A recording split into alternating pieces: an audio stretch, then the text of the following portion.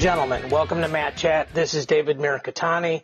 Today, it's my pleasure to be joined by Cody Bickley from USA Wrestling. Cody, how are you doing today? Good, Dave. Yeah, thanks for calling. No worries. Really want to pick your brain. There's a lot of stuff going on right now, and some people that I really trust. You come highly recommended, so I can't wait to talk to you. Let's dive right into it. Your title over there is the National Team's High Performance Manager. Tell me what that means in layman's terms for folks like me. Yeah. So when I started, Dave, in November of 2009, I came from a collegiate setting. I was a assistant wrestling coach at a D2 and then a head coach there for 8 years, and then got out of coaching and was associate athletic director. Came to USA Wrestling in November of 2009 in the coaches education field, and then worked a little bit into the development, working with development kids. And then obviously Mitch Hull retired here recently, last couple of years, and Les Gutches, who oversees our strategy really within national teams and state services area, we decided to restructure a little bit, and I came over to the national team side along with him, where he has oversight of national teams and state services, but I'm a little bit more the manager, the day-to-day with our coaching staffs and obviously our national team athletes, our development teams, any tours that we have going on, just making sure that we're putting things in place. I'm the main liaison with the United States Olympic Committee when it comes to all, games and preparation, and make sure we have what we need in the run-up to the games. And a lot of meetings with the USOC, obviously not just the games process, but obviously athletes that we have here, the plans moving forward, the high-performance plans.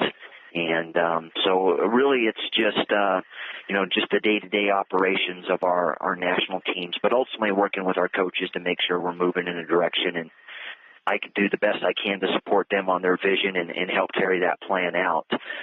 So I will tell you I'm excited with Joe Russell and Gary Mayhab coming on board, once again restructuring a little bit, and we're excited to have them on board, and they definitely bring some great pieces to the puzzle that we're excited about. We have been going through a lot of transition hires, and obviously I've been excited to be a part of that and that process, and feel we're bringing in some good people for sure. But really it's national teams, oversight and working with our coaches.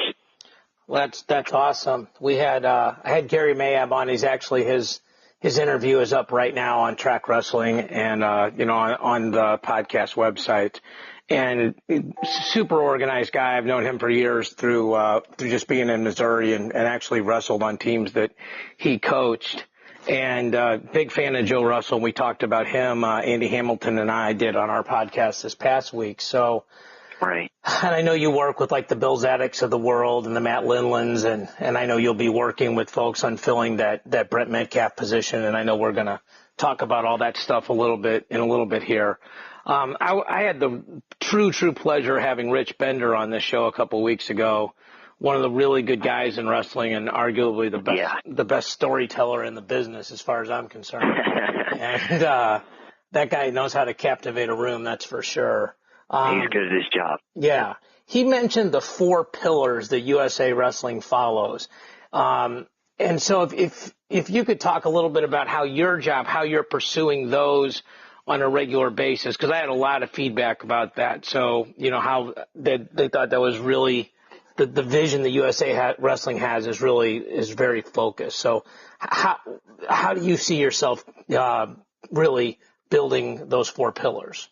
Yeah, so within those 4 pillars, obviously, it's the responsibility of every employee here at wrestling to, have a hand in all 4 of those. But obviously, I probably tie into one a little bit more when you start looking at what they are, with 1 being achieve competitive excellence, 2, grow the base, 3, leadership and governance, and 4, wrestling community strengthen, with different programs. So, backing up a little bit, once again, working with the athletes, the coaches, the national teams is a lot of my day-to-day operations business, but still it's, I'm a representative of USA Wrestling, and I don't take that lightly. I want to grow the base and help provide a leadership and be that individual that, coaches and our volunteer coaches that are great out there. We got some great volunteer coaches, and we can't do it without them. a lot of strong coaches, obviously, right now, good kids coming up. And, if I'm just a small piece to it for sure, but I would like to think that when it comes to achieving competitive excellence, I'm helping that, on that conduit for the coaches and, once again, our staff here, and as well as a volunteer pool to make sure that we're trucking on all cylinders and doing the things that we need. It's hard. There's a lot of entities to try and please, and understand that we can't do that. But at the end of the day, I'm looking out for the best interests of USA Wrestling, especially our national teams. Yeah. Well, and you guys, I've known Gary Abbott for years, and, like I said, I've known Rich, and I know Taylor Miller from her time at Oklahoma State. So you guys obviously have, a very well-oiled machine up there.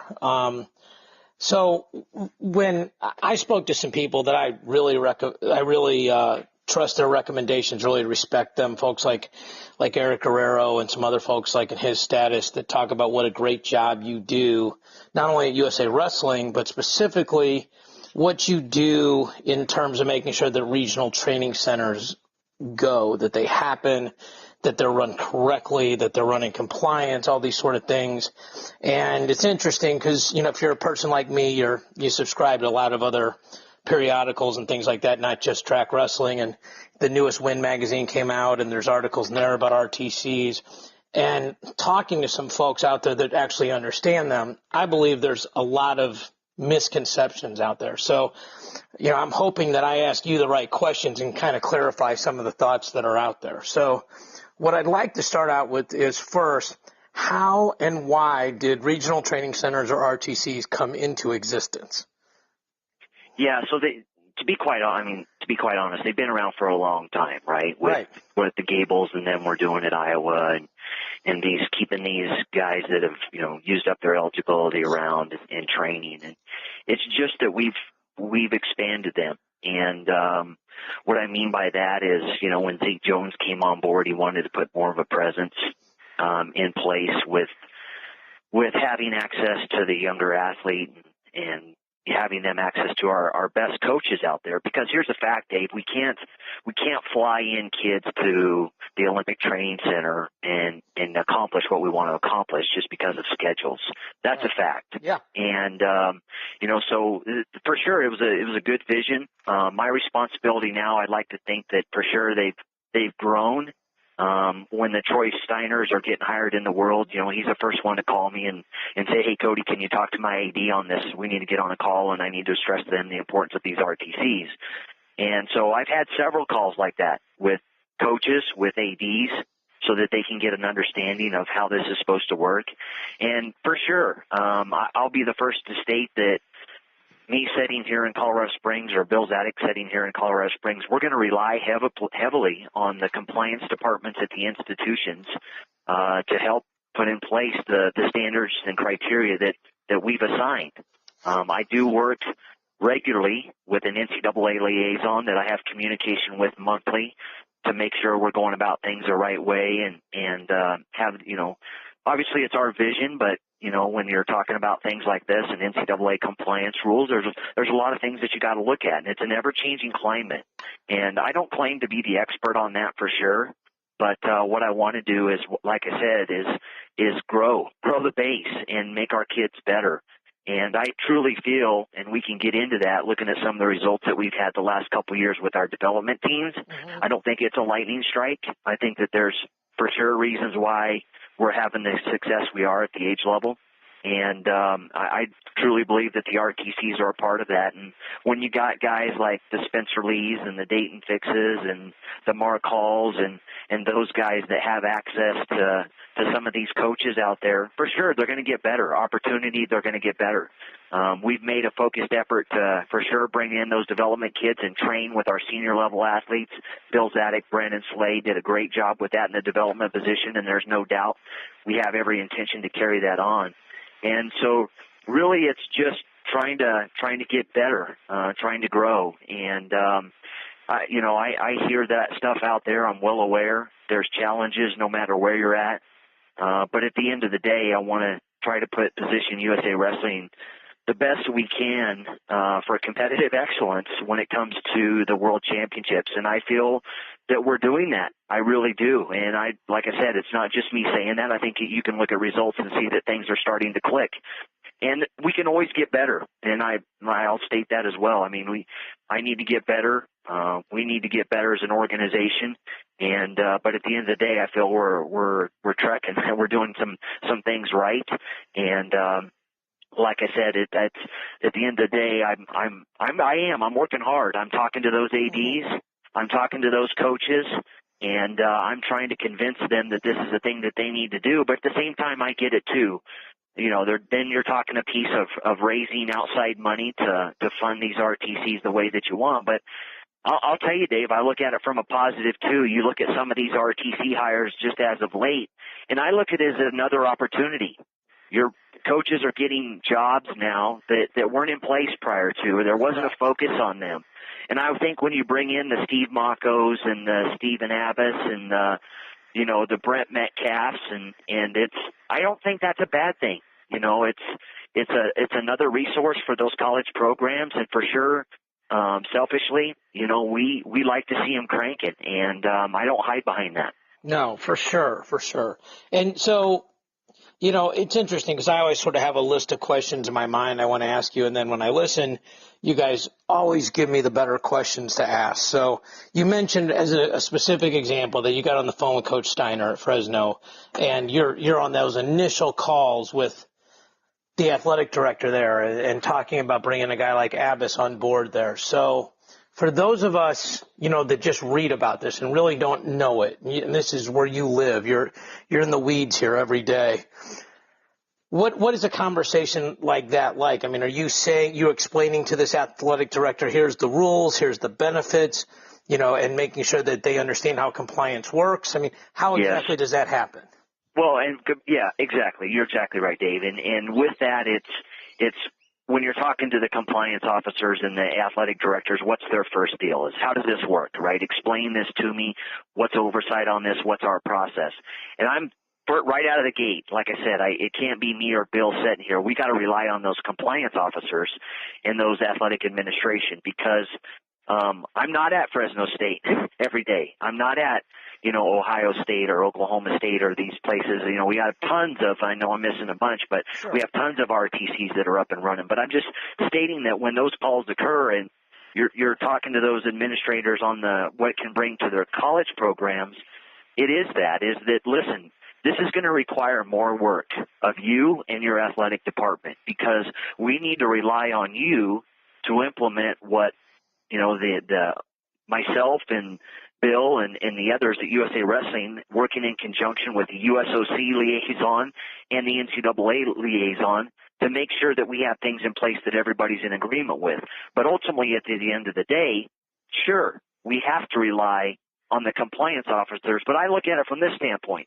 They're doing their job. They're doing it already. This is going to help your collegiate program, and it's a way to once again bring more people on board and help grow the base and get bigger and get better.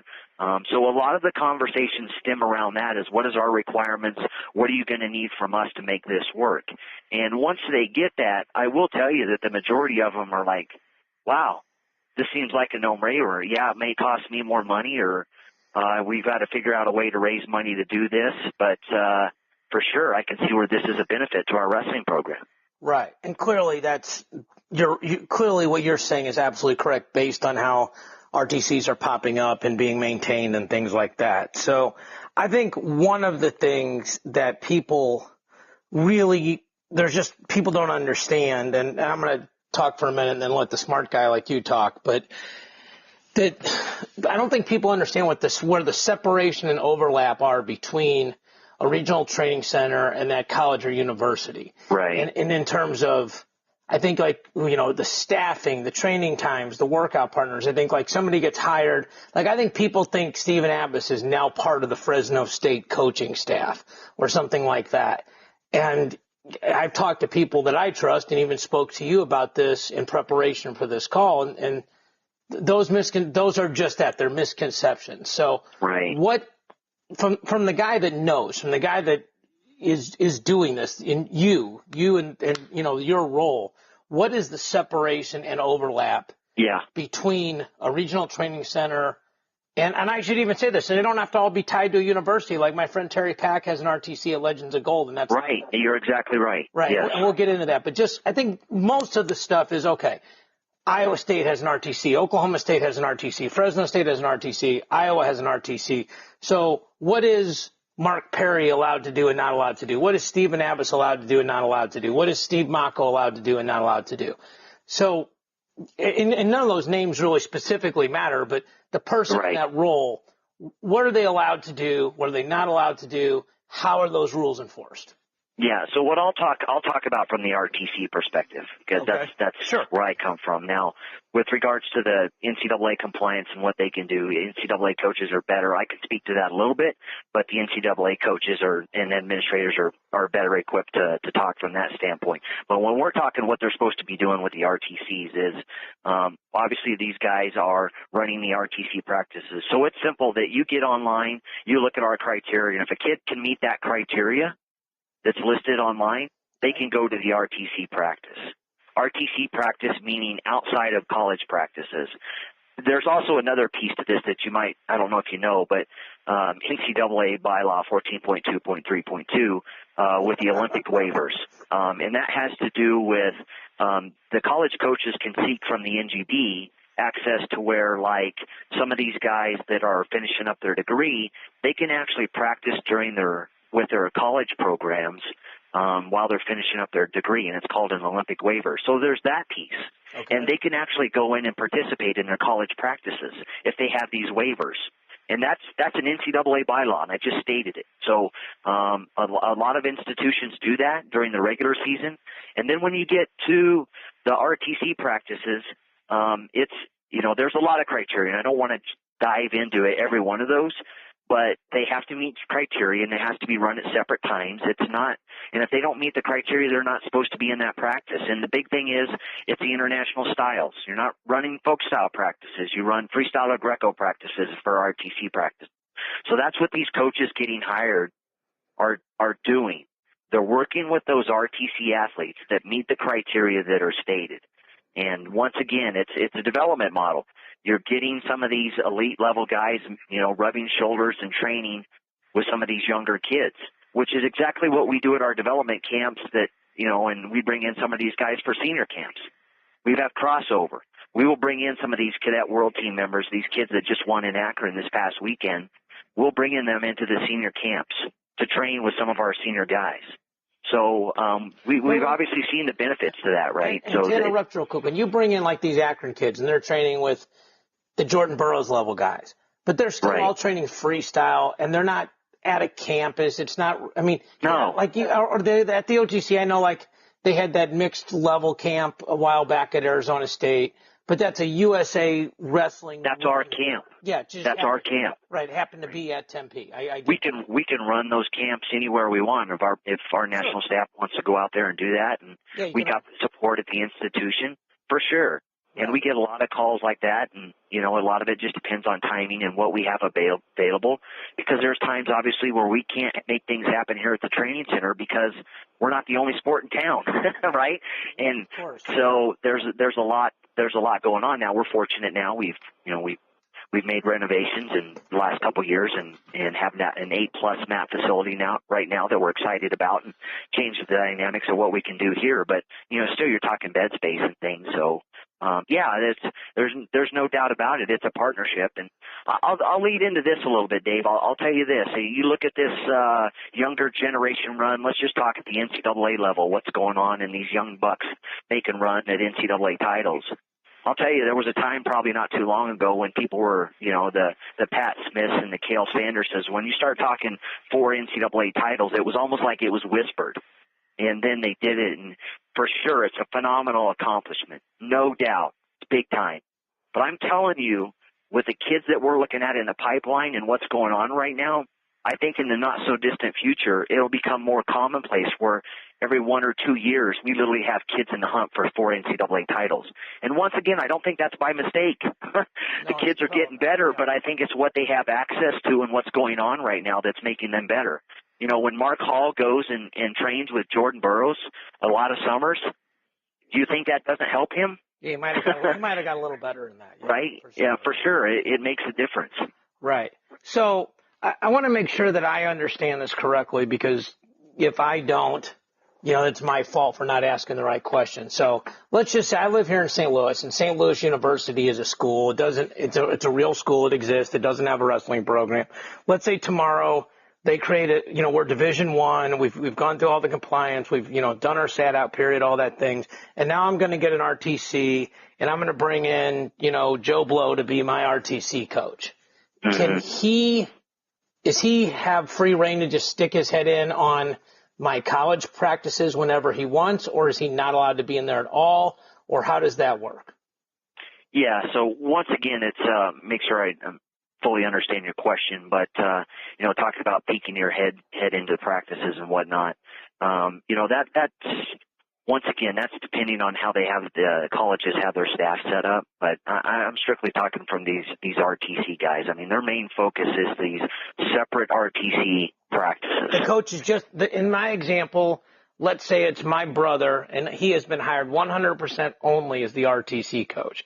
Is he allowed to just come in and roll around with the guys during college practice, or even just sit there and coach, or just watch? Is that legal? Yeah. Yes. It is. Yeah, as long as they, they're going in, they're helping out with their college. I mean, we don't have control over that. USA Wrestling doesn't have control over that. So then it's legal as long as the NCAA doesn't say it's illegal. Correct. So it's whatever NCAA bylaw or rules. Mm-hmm. And you mentioned, and that was pretty impressive. I'm not going to probably repeat it right, but 13.3.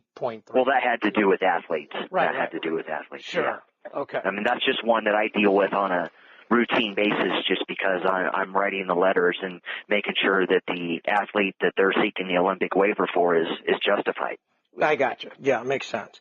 So what are the exact requirements necessary to qualify and maintain status as a regional training center? Yeah, so you don't have to – you go online and look at it. It's a minimum of 4 athletes that meet the criteria. And obviously, we would prefer the senior level athletes, but that's not necessarily the case. I mean, if you have, kids in your area that meet the criteria and can run practices and are set up to do so, generally we're going to try to support you in that effort. So once again, it's just access. It's access to the coaches, that are available, but it literally just has to do if you have 4 guys that meet criteria as the bullet point stated, then you're good to go. And the criteria is some high enough level on the USA Wrestling ladder? Yeah, right, for sure. Most of it's obviously USA Wrestling event-oriented or elite level high school kids or senior level guys that are winning matches. I mean, the criteria is right there on what you have to.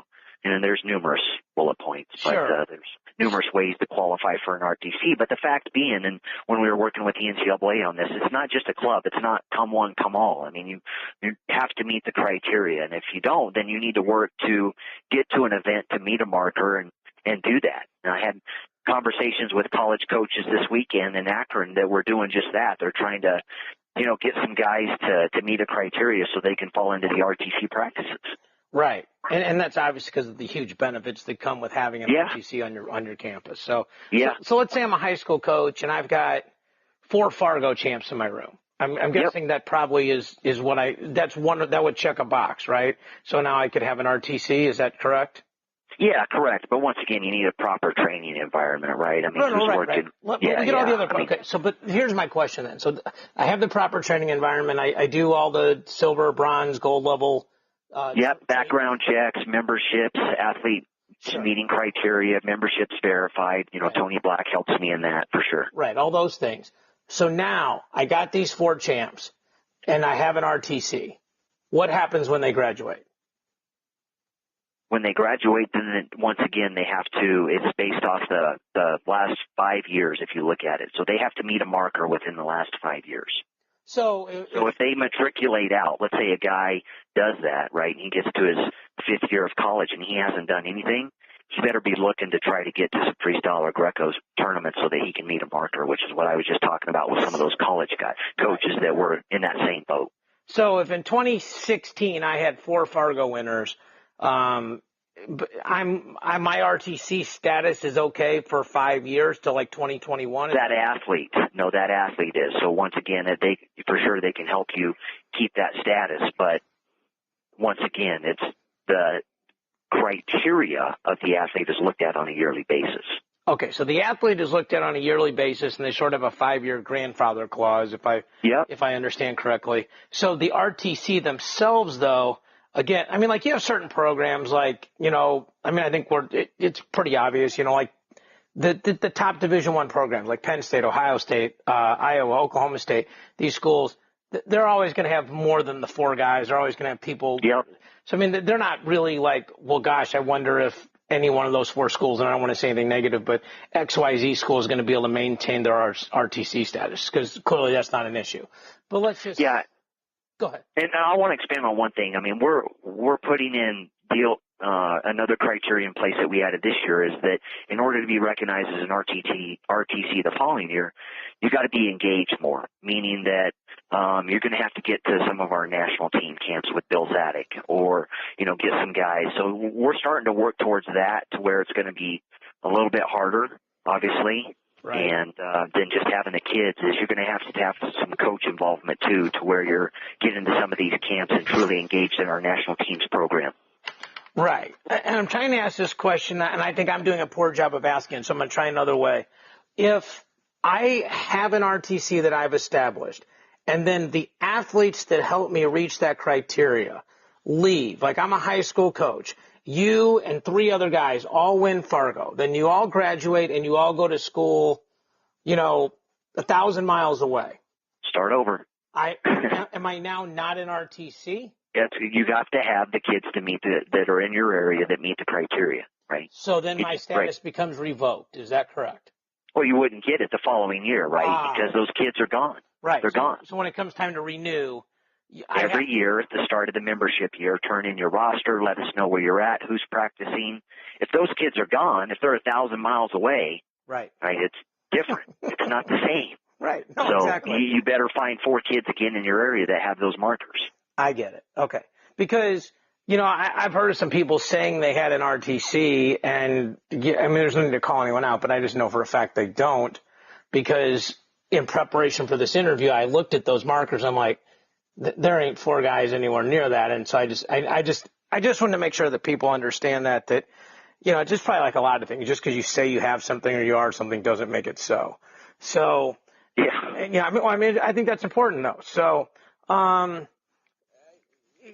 the folks that I've talked to about you and about your work ethic and about your attention to detail, one of the things they talk about a lot is how the results have been so much better since your involvement with these RTCs. So, and it's cool, I think, to look at it from your perspective, because you're looking at things from this sort of global level, like not is David's RTC better than Cody's RTC? It's how are we kicking butt as a country?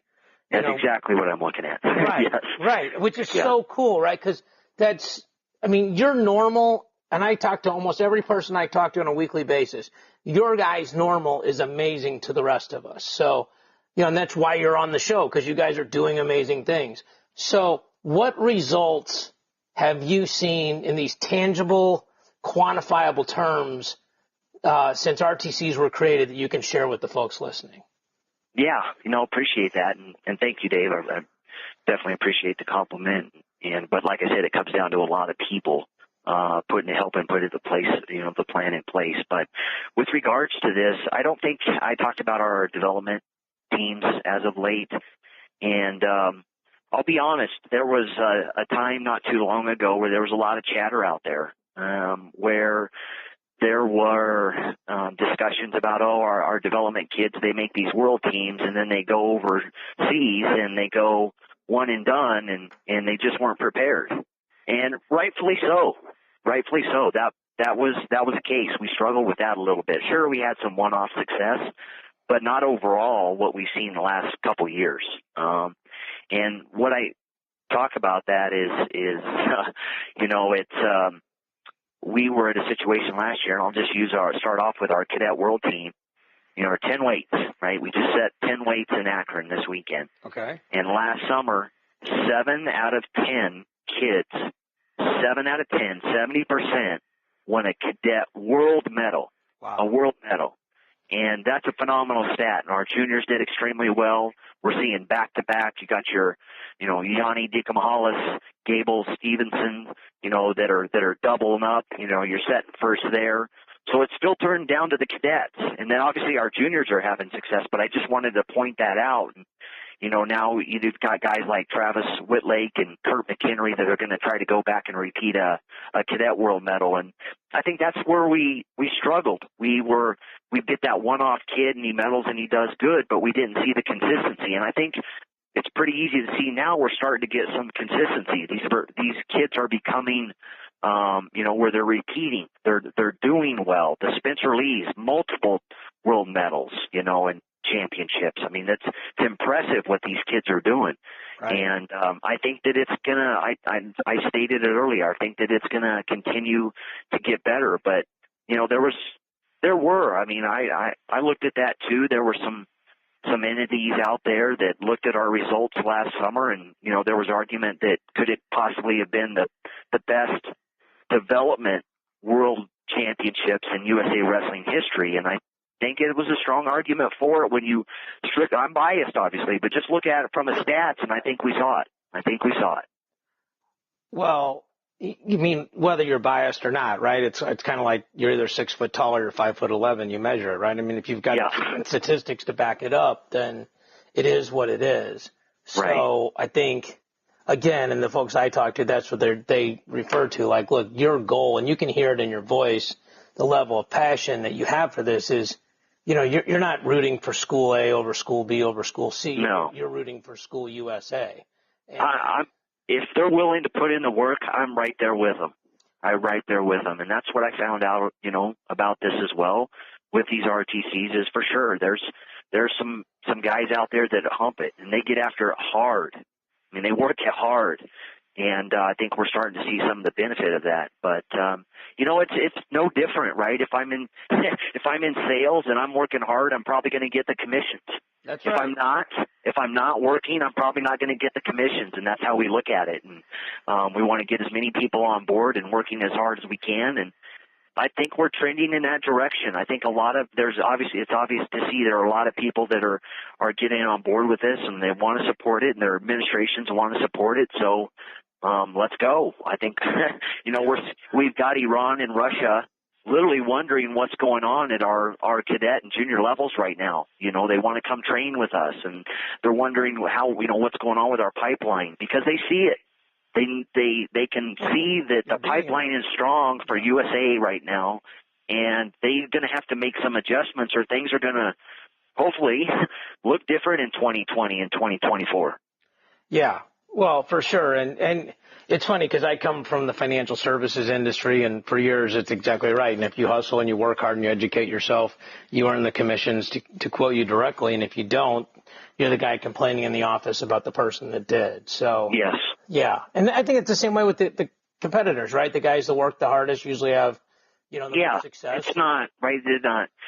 There's no big secret to it. It's just that, I would like to think that we're working hard to promote these and talk to the people and get the people on board. And, it's for sure an investment on their part. I mean, that's the thing too, right? It's not that we're writing any of these RTCs a check. That is not the case at all.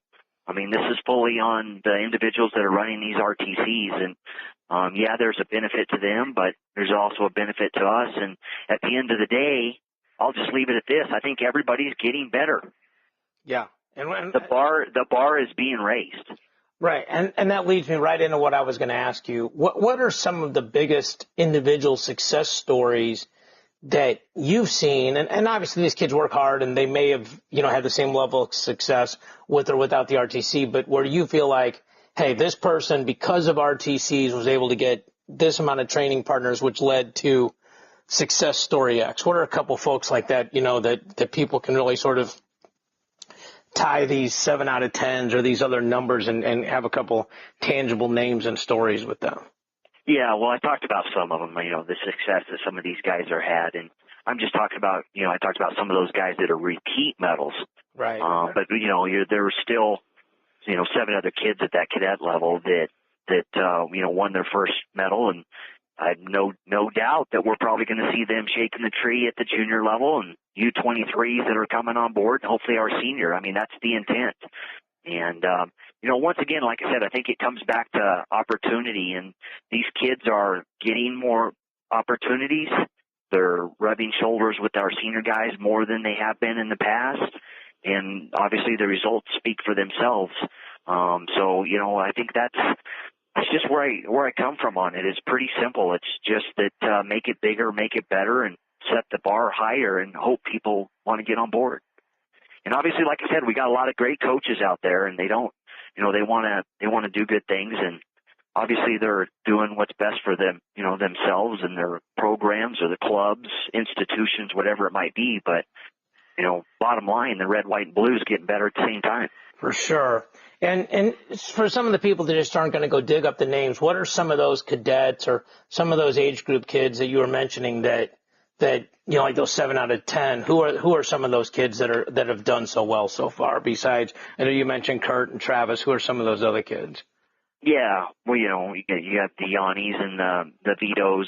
Those guys have been doing real well. And I talked a little bit about the freestyle guys, but we're even seeing it on the Greco side. I think you're going to start to see that as well. With Matt and his program, and working with the Taylor Lamonts, and and you see Tracy Hancock and what he's doing, and right. going crazy and making multiple teams, and the Kamal Bays and the Mason Manvilles. It's there as well. And right. Not only that, our women had a great summer, age level last year. So, like I said, I hate to, start naming names, and because we had so many. Sure. I mean, we had so many, but there's different angles to look at it. Here's another stat that's crazy. When we're talking about our women's program, we got to get a lot better there. People are, we were third. Terry and his program has finished third, the last 4 or 5 years, I believe, at the senior level, and the world championships in the medal count in Rio. And third's pretty good, right? You're taking home a trophy. But at the end of the day, you look at what we're trying to chase down there with a women, Japan program, the Japanese program. Right. And I will tell you a crazy stat that at the cadet, junior, and Rio Olympics last year, the Japanese women won 75% of the available gold medals, at those 3 age levels. That's impressive. That's impressive when you're talking about. Yeah, I'm not even talking medals, right? I'm talking gold medals. Sure. When you take into account there were 10 women's weights, there were 8 juniors weights, and there were 6 in Rio for the women. They won 75% gold. That's a pretty darn good hit rate. Yeah, 18 out of 24 is scary. Yeah, so when you start talking about that, I mean, we got a lot of work to do there.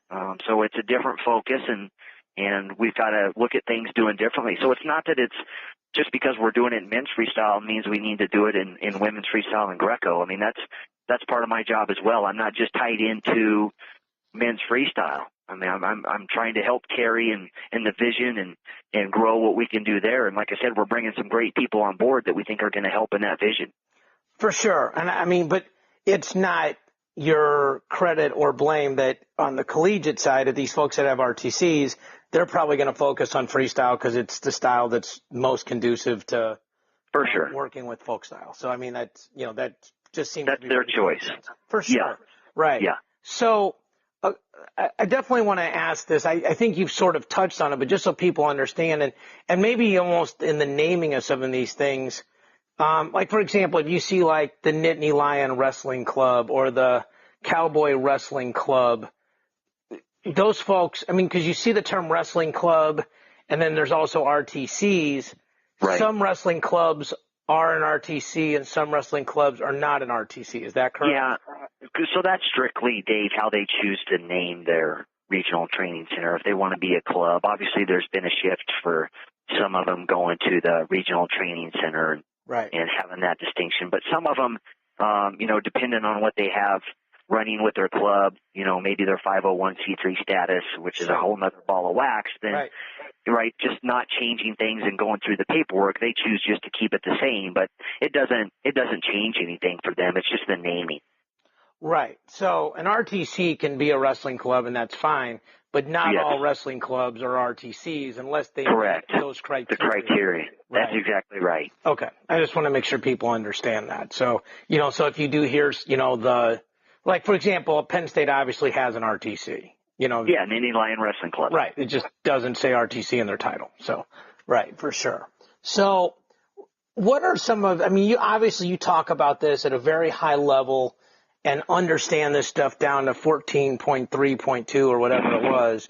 And I'm a numbers guy, and you lost me, so that's impressive. What are some of the biggest misconceptions that you think are out there that you can help us dispel today as we're talking?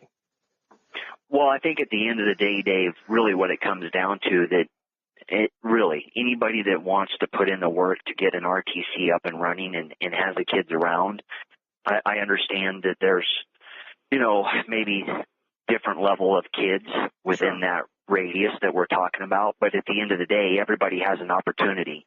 And we don't turn them away. If they want to work at it, we're going to help them. And that's really what it amounts to.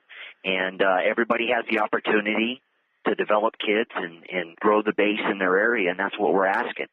Hey, and here's another thing, too. If you have a kid and he has 4 or 5 RTCs within his radius, he can go to any of those as many times as he wants, given the time frame that they can do it. Not during their high school seasons is what I'm talking about, PSAs. But if they wants to go over here and practice and he meets criteria, each one of those RTCs could put that kid on their RTC roster because he's within their 250 miles. So a kid could go over here and work with this coach one day or these coaches, and then maybe the next 2 weeks he goes over here. And once again, I think that just helps with the kid's development. So, and that's a great point. So, like, let's say I live in, whatever spot, and I'm within 250 miles of, let's say I'm in St. Louis. I live within 250 miles of Columbia, Missouri. I live within 250 miles of the University of Illinois.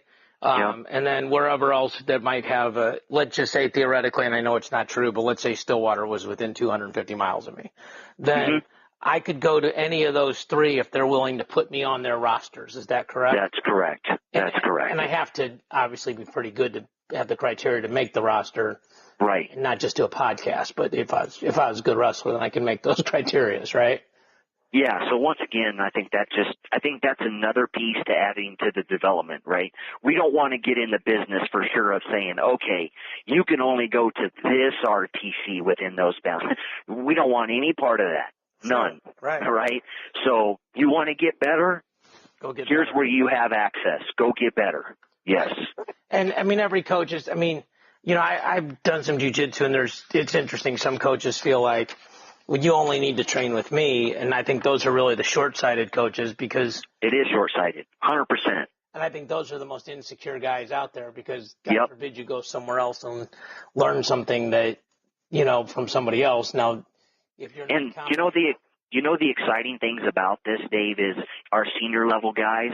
We're starting to see that too, right? You see these guys on social media that these post-grad guys, right, they're spending time, even though they're entrenched at an RTC, maybe Arizona State, wherever, Stillwater, wherever they're at, Ohio State, wherever, Nittany Lion, right. They're going into other RTCs and training together. Sure. And so, right? Yeah, and that's a great point, and it brings up a really good point. So let's say I'm in St. Louis, and so this 250-mile radius things, but let's say, because I'm friends with Lee Pritz, who's at Arizona State.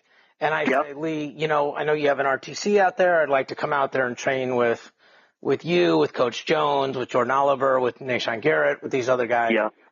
How does that work? How do I make that happen so it's all compliant and all that kind of stuff? Let me just make this clear. Okay. From a PSA standpoint, it's not allowable. They have to stay within the 250 miles. Okay. Okay. I was talking about post-grads going in and doing this, right? The David Taylors and Sure. Nick Wazowski's, those guys. They can go train at any RTC they want, and they're doing it. There's collaboration, right? That's my They're question. going in and training together. So, no, a PSA can't do it. They're limited.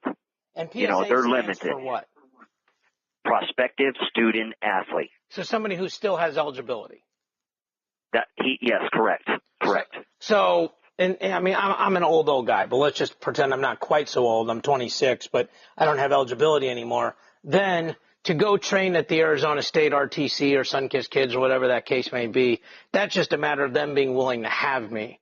If you meet the criteria, right? If you want to match if you meet that, and those guys at that RTC, you're a senior level athlete, that age level, and you want to go train, you can go train at any RTC in the country you want. There's no restrictions for you. Okay, because I'm not a PSA. You're not a PSA. I'm a post-PSA, if that's a real term or not. Yeah, you're right. You've used up your eligibility, and you're training at the senior level now. I got it. And so that's where you're seeing a lot of the collaboration and idea sharing and training, ideas being shared with each other. And really what you're looking for is that's what's happening. There's this growth, right? Yes. Yeah. There's more of it. Not that it's never happened. I just think we're at a time where there's an increased effort to try to make these things happen. Well, right. Because I've been blessed on our show. We had, Frank Beasley and Obi Blanc from North Carolina State, and then just had Cody Sanderson on from Penn State.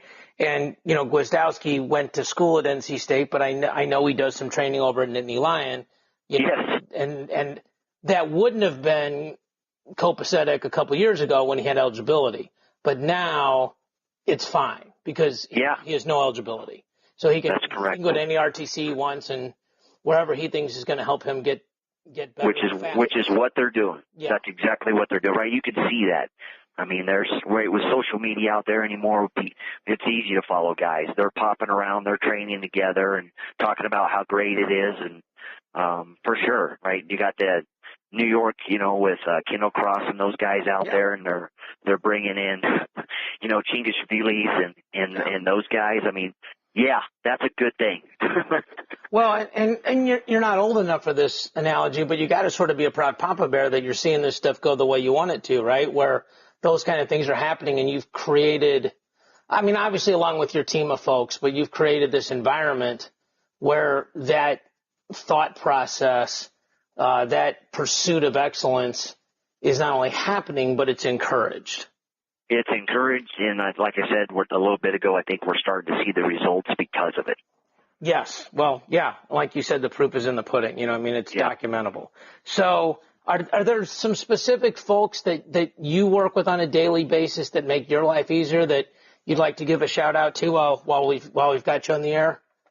Well, just, in general, our coaches, but, I'm excited for the vision and obviously with Rich and Les here and our coaching staff. We're getting a great coaching staff put together, and I think things are going to, once again, I think the bar is going to get raised even more with the hires that we're bringing on board. And I think that's a good thing, and they're going to have some fresh ideas and people that can collaborate with our volunteer pool out there that are at these RTCs. And, I think that's the biggest thing. But, I go back to I just got last few years in a quad, the Andy Bars, Kira Berries, and Kiki Kellys that were our team leaders. Right. There's no doubt. You look at Kira Berry and Andy Barth, and they're Columbia alums, and, they're helping get these training centers up and running and doing that and funding these kids and programs. And I think it's great. Yeah. I think it's great. I mean, we're seeing it. There's a boost of energy. There's an influx of growth going on in what's happening. And, sometimes change is hard for people, but I think that it's a given, and I think we have to do that or we're going to get left behind. And then we're going to, we see we get results that we don't want to see. And the last thing that I want is, right, we go to these world championships and people walk away and it's like, kids are down and the parents are down. It's like, gosh, I just wasn't ready for that, Dave. I was not ready. And I think that, like I said, there was not that long ago that was a conversations, right? And yes. And there were some prominent Division I coaches that I heard that too. I heard it. We've got to provide more opportunity. Well, okay. here we go. And we've started running, and I just hope we can continue to keep getting after it. For sure. And one of the things, I mean, for folks that are listening, you've been very nice to me, but it's not like we've been friends 100 years or anything like that. I mean, I met you a couple years ago at our charity event, the Missouri Border Brawl, but we don't have a long-standing relationship. And you've been awesome in terms of giving me access and helping me hopefully do a good interview with you. One of the things that I was super impressed by, and I hope you would just pass this along to folks, is your attitude and your vision of, like Brent Metcalf, being with that job at USA Wrestling and then leaving, and your whole thoughts on that. So can you share that with folks? 'Cause I think it was just what I talked about. I mean, we were in a situation there, and for sure we wanted to try and keep Brent around, and he had another opportunity to go, and it was obviously growth for wrestling, and it was best for his family. And I get that, right? And that's a product of something that we're trying to nourish and flourish, and we lost a staff member, and that doesn't bother me in the least, and not in the least. I think it's a positive. We wish Brent well. Obviously it was a short amount of time, but I think these things that are going on for wrestling are good, and we joke a little bit around here, and with a little bit of the mantra that I really don't want to be in the business of legislating mediocrity.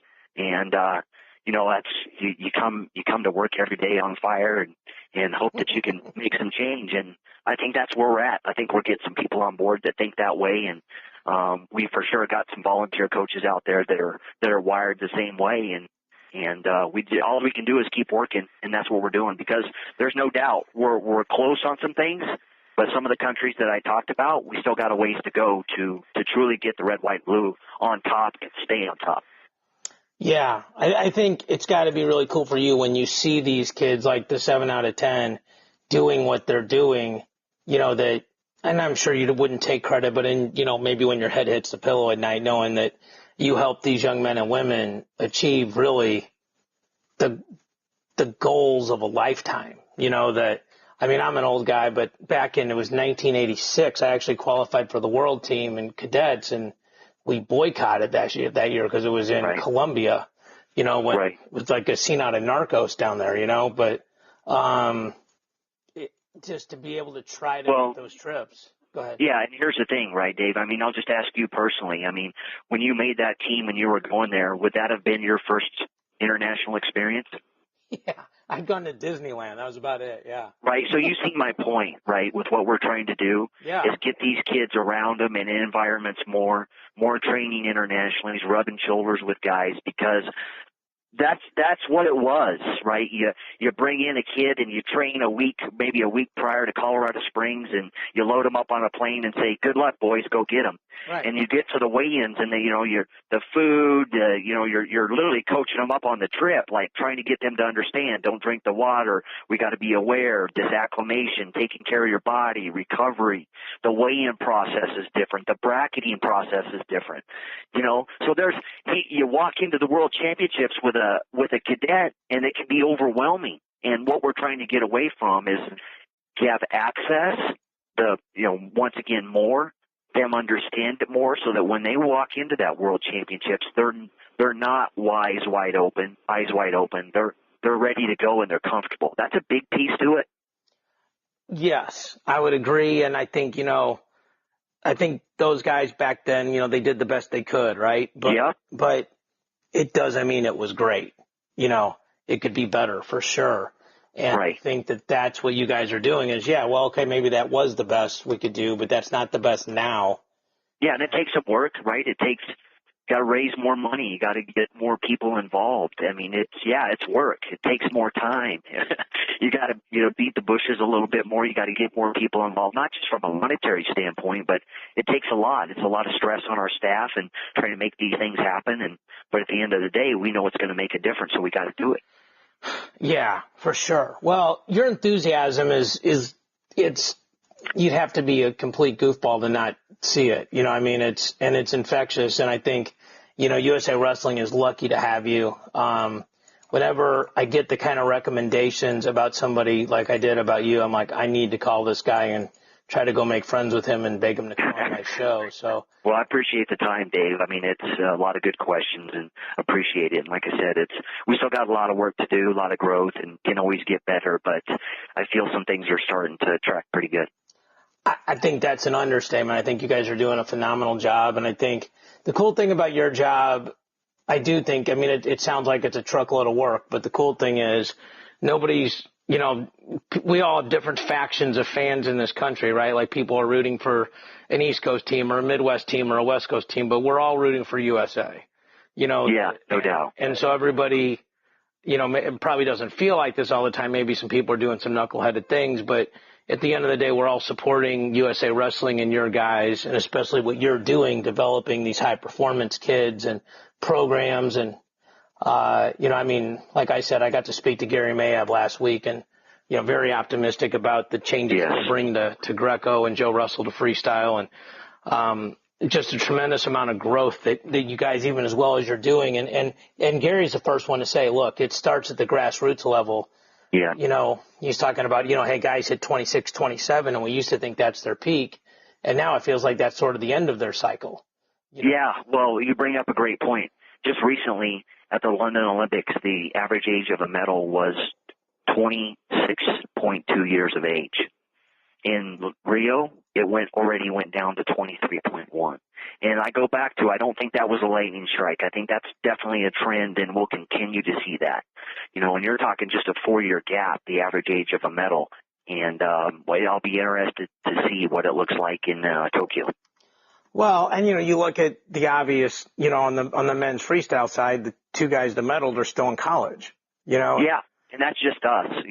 Those stats are globally, right? That was every medalist at the Olympic Games. Right. I know. Yeah, I do. I understand what you're saying. I'm just saying it's not like, but the U.S. had two 29-year-olds. Like, no, we're actually on the younger side of that curve than even right. We were a part of that curve. Yeah. Yeah, for sure. Well, so I know you're going to Lincoln this coming weekend, and then what all do you have ahead of you, Cody, for your role here? Yeah, so actually right after Lincoln, I'm going to head to Germany that following week. And another part of my job, what I talked about, is just making sure we got things in place. So I'm going to go check out a site for our acclimation camp prior to the Paris World Championships in Germany. Wow. So I'm going to kill two birds with one stone and go over there and do a kids camp on Air Force Base, and then check out some potential sites for our senior level guys going in prior to Paris. Wow. Well, I didn't imagine you were going to let the grass grow underneath your feet, but it sounds cool what you're doing, and I'm going to make a point of texting you when I get up there in Lincoln so I can shake your hand and thank you in person. It's been a great hour. I really appreciate you taking the time to talk to me and the audience today. I feel like I understand RTCs a lot better, not only from like the compliance side, but also literally the goals of what you're trying to accomplish and the success you guys have had in doing that. So I truly appreciate you taking the time to talk to me today. Yeah, I appreciate the time for sure, Dave. Ladies and gentlemen, that was Cody Bickley from USA Wrestling. This is David Miricatani with Matt Chat. Thank you so much for listening. Talk to you all next week.